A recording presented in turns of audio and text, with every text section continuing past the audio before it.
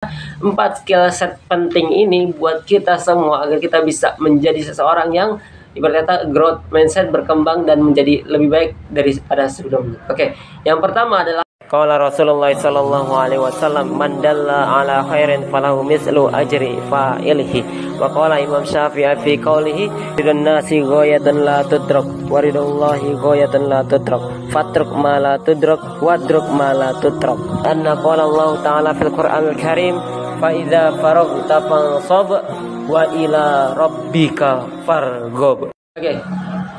Alhamdulillah, Allahumma sholli ala Muhammad wa ala Muhammad, Allahumma sholli ala sayyidina Muhammad wa ala sayyidina Muhammad. Jadi buat kita semua dimanapun kita berada, ini ada hal yang sangat penting buat kita semua. Karena ketika kita menjalani kehidupan, pasti ada yang namanya peningkatan dan ada yang namanya penurunan. Maka buat kita semua, yang baik yang sedang sekolah, SD, SMP, SMA, ataupun yang sedang berkuliah dimanapun kita berada, 4 skill set penting ini buat kita semua agar kita bisa menjadi seseorang yang ibarat kata growth mindset, berkembang dan menjadi lebih baik daripada sebelumnya. Oke, yang pertama adalah kita harus memiliki yang namanya self awareness. Kita harus tahu yang namanya kelebihan dan juga kekurangan. Ketika kita tahu akan yang namanya kelebihan, maka kita harus meningkatkan potensi tersebut agar bisa menjadi lebih baik dan berkembang nantinya. Dan ketika kita tahu yang namanya kekurangan, maka itu bisa kita jadikan sebagai bahan evaluasi ke depan agar segala sesuatu kekurangan-kekurangan yang ada bisa tertutupi dengan yang namanya apa? Kelebihan-kelebihan kita. Oke, yang kedua adanya active listening, yaitu kita aktif dalam hal mendengarkan. Karena saat ini di Indonesia bahwasannya kita kalah dengan negara-negara maju karena kita melihat orang lain melihat sesuatu hal yang berefek pada hal negatif. Ketika kita aktif dalam mendengarkan hal-hal yang negatif, maka kita akan mendapatkan hal-hal yang negatif tersebut. Tapi ketika kita berfokus pada yang namanya perkembangan, pertumbuhan, ketika kita meningkatkan yang namanya ibadah kita, meningkatkan yang namanya ilmu kita, meningkatkan dalam daya tarik kehidupan berkepanjangan dan berkelanjutan, maka kita akan mendapatkan sesuatu insight yang sangat menarik.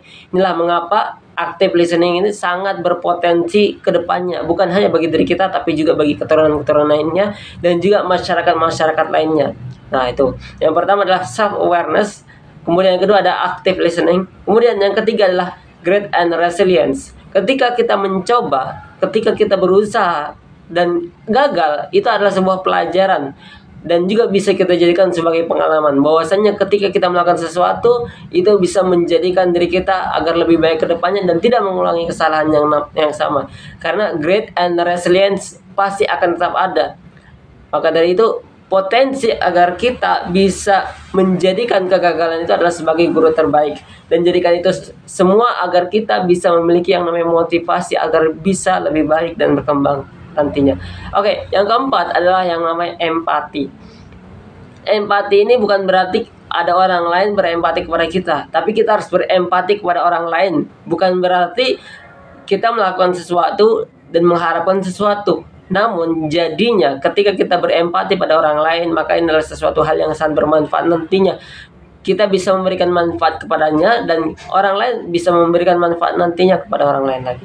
Maka inilah salah satu hal yang penting, 4 tadi yang bisa kita jadikan untuk berkelanjutan. Yang pertama adalah self awareness, kemudian yang kedua adalah yang namanya active listening, kemudian yang ketiga adalah great and resiliency. Kita menjadikan pelajaran-pelajaran masa lalu sebagai pengalaman di masa yang akan datang. Kemudian yang keempat adalah empati. Maka ini adalah satu hal yang penting, bukan hanya bagi diri kita tapi juga keturunan-keturunan dan masyarakat lainnya. Oke?